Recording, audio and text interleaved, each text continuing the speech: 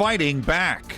I realized it was real, and the fight was on. She came face to face with a would-be armed carjacker. Then he got the gun out, aimed it right at me. I went, boom. Tonight, she's sharing only with 5 on Your Side the harrowing tale on how she thwarted his crime and survived with barely a scratch. Stealing back. Tonight, new information on a financial dispute involving a Metro East steel plant that left workers as collateral damage. 5 on Your Side starts with a weather impact alert. Another Arctic blast is bringing single-digit temperatures and sub-zero wind chills, prompting weather impact alert days for the next 60 to 72 hours. Thanks for joining us. I'm Mike Bush. And I'm Kelly Jackson. Weather impact meteorologist Lance Blocker is tracking the frigid temps and light snow moving through the bi-state tonight, Lance. Yeah, we've been keeping close watch on this polar air that's now moving into our region. That will continue for us here through the weekend. You can see it's actually helping to squeeze out a little bit of snow. This looks more impressive on radar than it is in reality, but a few snow flurries moving southbound towards the I-64 corridor, now south of I-70, extending over through Clay County right now. Most of this is not reaching all the way down to the ground. The air mass beneath it is very, very dry. So most of that is actually evaporating on its way down to the surface. So no real issues there, though. Could be maybe a few isolated slick spots. Always like to say that, but I don't think everything widespread. Looking up at St. Charles right now, that's the view for most of us. Clouds rolling through. But temperatures, that's the big story. They're already beginning to dive down. And you can see we're now at 17 degrees, but look just to our north over to Litchfield at 10 degrees. That's a sign of what's to come overnight tonight. Low temperatures will drop down in the single digits. As you head out tomorrow morning, a little bit of wind does a lot to the temperature, the feels like temperature. Your feels like temperatures, wind chills down to negative 15 degrees. So you want to have those extra layers as you head out tomorrow. Keep them handy. You'll need them all the way through the weekend. There are some signs of relief in the forecast and, unfortunately, another chance of snow. I got your full forecast coming up in about 10 minutes. And when we're in weather impact alert, you can get continuous live updates on our free streaming app. Just scan the QR code that you see on your screen to download. You can also get the latest weather impact forecast delivered straight to your phone anytime. Text the word weather to 314-425-5355. We're following breaking news out of North St. Louis County. Right now, accident reconstruction investigators are on the scene of a crash just north of Halls Ferry Circle. We're told a man was hit while crossing Halls Ferry Road about 2 hours ago. He was taken to the hospital with life-threatening injuries. No word yet on whether the driver stayed at the scene. Tonight, a Florissant woman is reliving a violent attempted carjacking. Police say a career criminal pulled a gun on her. But he didn't count on the 68-year-old fighting back. It happened outside the Walgreens store located along 270 and Dunn Road in the Grandview Shopping Center. In a story you'll only see on 5 on Your Side, our Brent Solomon is just back from speaking with the woman who put up a fight. She certainly did. Just days ago, the Florissant parking lot transformed into a crime scene littered with evidence markers. Some of them marking that woman's own fingernails lost in the struggle. Moments ago, she explained to me why she refused to be a victim. Peggy Janis walks across the Grandview Plaza parking lot, retracing the steps that nearly cost her her life. It's surreal. It was last Thursday, just before 6 in the evening. She had just left Schnucks and made a quick stop across the plaza to this Walgreens. When she made it back to her Ford Escape, everything changed. I went to put my stuff in the car, and I went to back up, and I felt somebody behind me. And he says, "There's a gun at your back. Give me your keys." Police say that man was 40-year-old J.R. Robbins. At first, she thought it was a prank. When she realized it wasn't, she didn't hand over the keys. She stood her ground. The fight was on. He just kept lunging at me, and we were fighting and fighting. Then he got the gun out, aimed it right at me. I went, boom, like this. She tried to swipe the gun away just before he fired a shot right into the pavement. And then he went and jumped in the car. The suspect grabbed a key, but it wasn't for the Ford. It was to her electric bike. He turned around and looked at me like his mugshot, you know. And he took off running. Florissant police used surveillance video from nearby businesses to track him down. Tuesday, they raided his home on Washington Street, where they found a 9mm revolver and the jacket he was wearing during the attempted carjacking. I feel proud of myself. Janice escaped with only a sprained hand and a few missing fingernails. A lot of people probably would say you shouldn't, but I just reacted. While her bravery is evident, police would urge you not to take matters into your own hands during an armed encounter, advising that your life is always the most valuable possession. Robbins, who has a history of stealing, forgery, and domestic assault, remains behind bars on a $250,000 bond. Hours ago, a judge found a convicted murderer guilty in a violent attack of a grandmother outside a grocery store in the Central West End. John White Jr. was out on parole at the time of the attempted carjacking and robbery. It happened at the Straubs on North Kings Highway in March of 2023. White also assaulted 2 employees who tried to help. He faces up to life in prison when he's sentenced next Thursday. Tonight, 4 people are recovering after a helicopter crashed into the frozen Merrimack River in Franklin County. The aircraft went down at Merrimack State Park in Sullivan after striking a power line. The Missouri Department of Natural Resources says 3 state park team members and a pilot were conducting an ecological survey at the time. They were taken to the hospital with minor injuries. They're cold, they're wet, but thank goodness they're all alive. We're cold standing here talking about it. I can't imagine being wet and doing it. The helicopter is now underwater. The FAA is expected to arrive in Sullivan tomorrow morning to begin an investigation. Tonight, a man is charged in connection with the shooting at a Ferguson funeral home during a service. 6 people were hurt in the shooting yesterday at Cotton Branch Mortuary.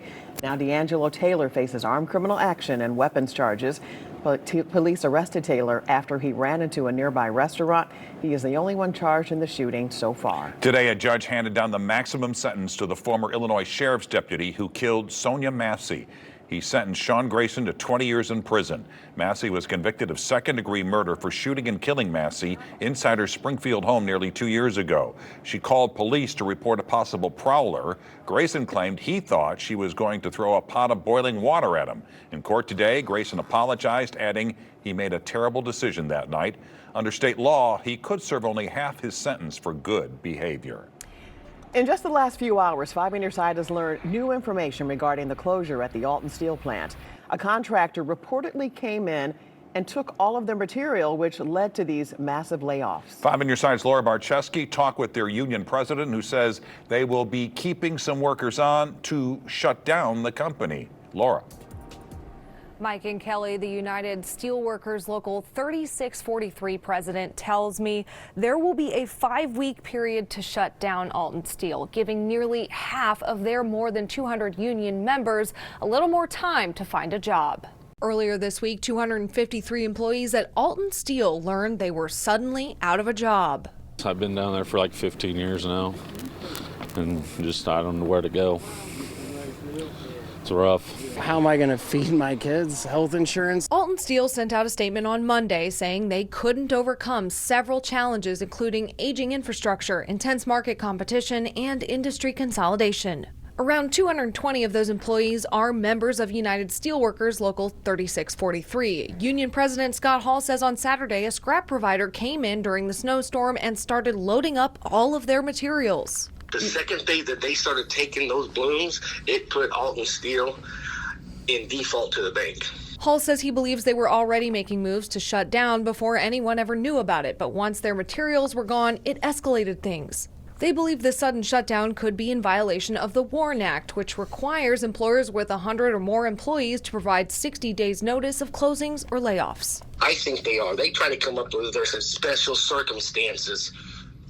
There were special circumstances that allowed them to do it this way. Hall says they received some good news on Thursday. Some employees will be able to keep their jobs temporarily to shut down the plant over a 5-week period. You'll have to have the seniority because they're only going to keep 96. So those other members are not going to work. So when they're not working, they're laid off, they're not getting anything or any benefits. But they do have support from elected officials like Congresswoman Nikki Budzinski, who said, quote, "We will not leave these folks behind." They also have support from Granite City Steel. Local 1899 President Craig McKee says they're going to try and hire as many as they can to help them restart one of their blast furnaces. We're still looking for all positions, production, mechanical, electrical, and I think there's a lot of talent there that U.S. Steel will utilize since they're going through this tough time. Next Friday, there's going to be a hiring fair at the local 3643 Union Hall in Alton, and U.S. Steel, along with nearly 30 other vendors, is going to be there to hopefully find a good fit for all of these former Alton Steel employees. Tonight, a St. Louis man is getting a lot of attention in Dogtown for turning snow business into snow kindness. Kenneth Harrell has been busy using a rented bobcat to clear snow-covered roads and helping neighbors dig out. And he's doing it all for free. Harrell normally runs his family business, A&K Concrete. However, since you can't pour concrete in the snow, he decided to make money shoveling sidewalks and driveways.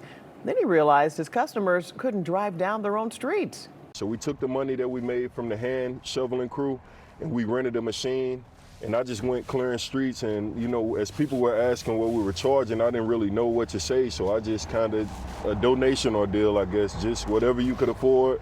Let's just get everybody out and moving around. Harrell says he felt this was a great way to give back to the Dogtown community, which has always supported him and his concrete business. Trapped in a burning basement. They were not able to escape. Tonight, the possible culprit in a deadly fire at a Missouri care facility. Countdown to the Winter Games. The Olympic flame goes flying on its way to Milan.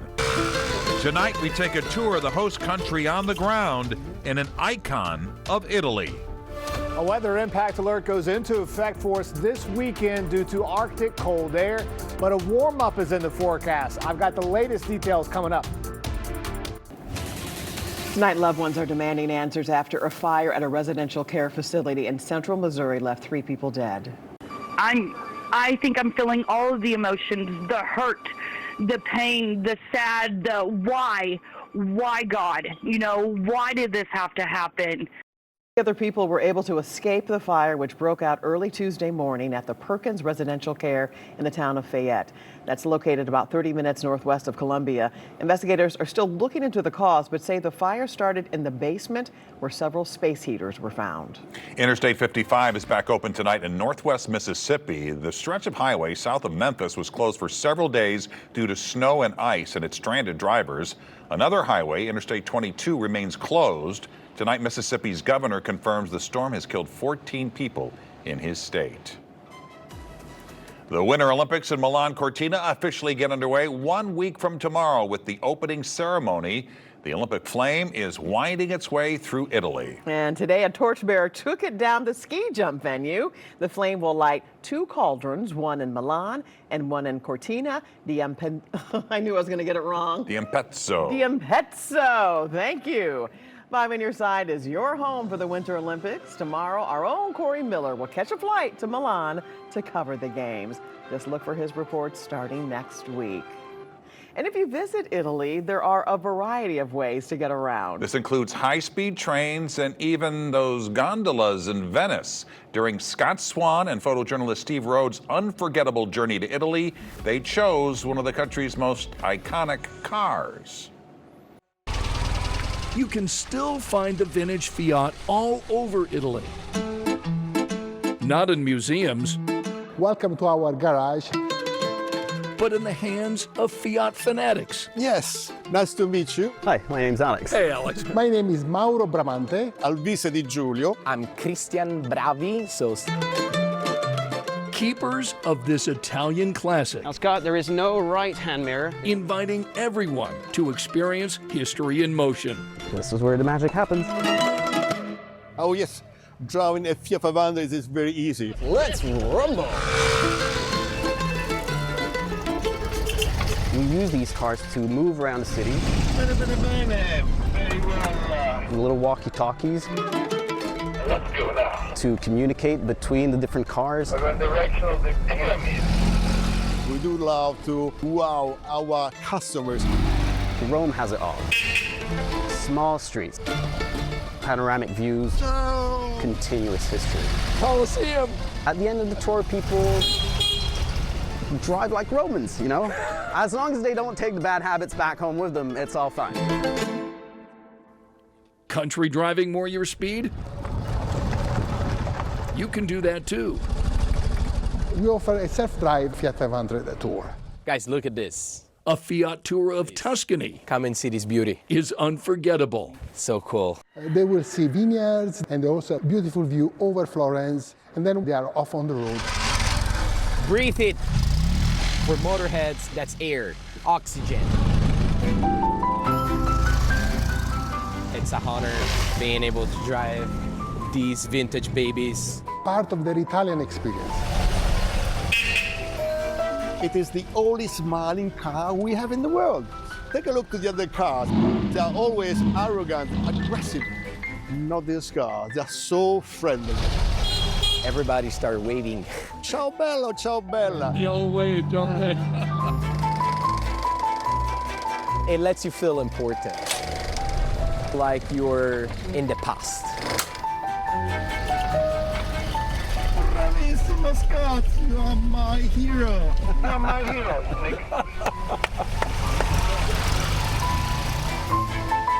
I get inside my car, I drive, and I feel bad. It's my feeling good therapy, and I do it. It's unbelievable. It works every time. This is the way to see Italy. Oh, that looks like so much fun. I want to try a Vespa in Tuscany. Oh, that would be nice. Yeah. Right now, you can explore more sights and sounds of Italy on our free streaming app. Watch Journey to Italy and our other Olympic specials on demand just by scanning the QR code on your screen. I want to jump in Corey's suitcase, Corey Miller's suitcase. Leaving 'Cause tomorrow. It's going to look so, I'm sure it's so nice in Italy right now. With the weather that we're having, Lance Blocker. Yeah, you want to know what they got tomorrow? Yeah, what do they have? 46 degrees. It sounds pretty good compared to what we're dealing with. Yeah. We got 15.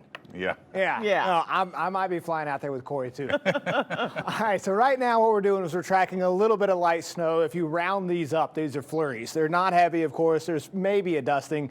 Maybe. It's probably not going to be very likely, and it's not widespread, of course, either. It looks more widespread on radar than what's in reality because the air is so dry that most of this is evaporating before it reaches all the way down to the surface. So you can see this widespread look at snow here, but that, again, it's not reaching all the way down to the surface. I put down here isolated light dusting. Again, I'm kind of rounding up to even get to that mark. Overnight tonight, the cold air, that's what's going to arrive into our region. Much colder temperatures as we move through the weekend, Friday, Saturday, and Sunday, at least the first half of the day on Sunday. Bitter wind chills down to negative 15 degrees at times, mainly during the morning hours, particularly on Saturday morning. So keep that in mind.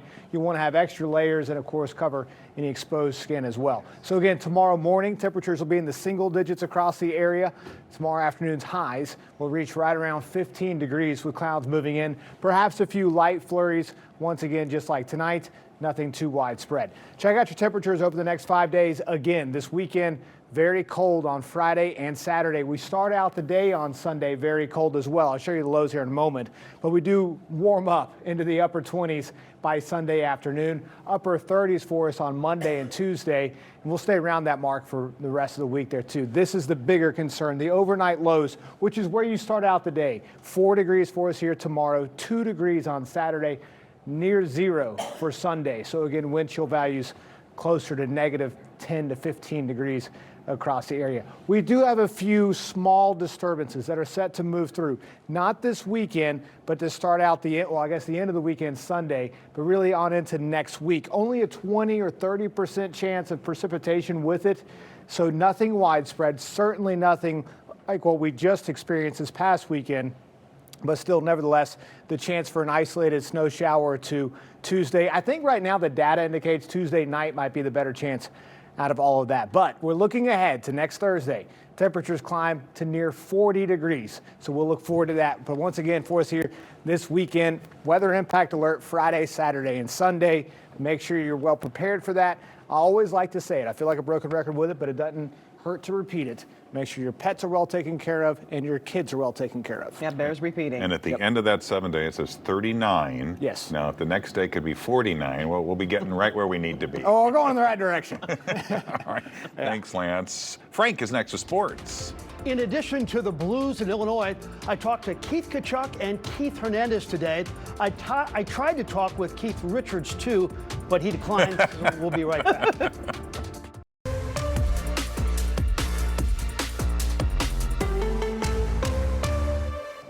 Sports are really strange. There are nights the Blues couldn't score against Vianney High School, but they can absolutely score goals versus the Stanley Cup champs, the Panthers. Blues came out flying. Jake Neighbors on the break, his 13th, were tied at 1. End of the first, Justin Falk with some puck grit to Jonathan Berggren. 3-2 Blues after 1. Matthew Tkachuk back from injury, hasn't scored yet. There's one, it's 4-3. There's another. 4-4 after 2 periods. The game had some passion. Joel Hofer and Matthew were going at it. Dying seconds of the game now. Pavel Buchnevich, Jimmy Snuggerud with a goal. Blues win a thriller, 5-4. For parents Keith and Chantel Tkachuk, it's been amazing to see their boys, Brady and Matthew, go head-to-head in the NHL. They've seen them play on the same team in the All-Star game, but what a thrill to see them suit up for the Olympics. Dad has 538 goals, but the parents told me there's nothing like the experience of watching your kids perform. I enjoyed my time playing. I loved it, and it was a lot of fun, and I'll never forget it. But it's more enjoyable being a parent, watching your kids go through this. Just seeing the boys do that together and have as much fun as they did. We actually felt like we were interrupting, their fun. When we went to see them, they were just having the best time ever. To say Illinois is pretty good at basketball would be like saying Brando was pretty good at acting. Not only did they enter tonight's game against Washington 17-3 and 9th in the country, but offensively they are insane. They have the most efficient offense the NCAA has seen in 29 years. It's easier to be efficient when you have a 6'10" freshman like David Murkovich who can make threes like that. Or you have one of the best freshmen in America like Keaton Wagler who can get to the rack like that. More from the diaper dandy Wagler. He had 22 Illinois rolls, 75-66.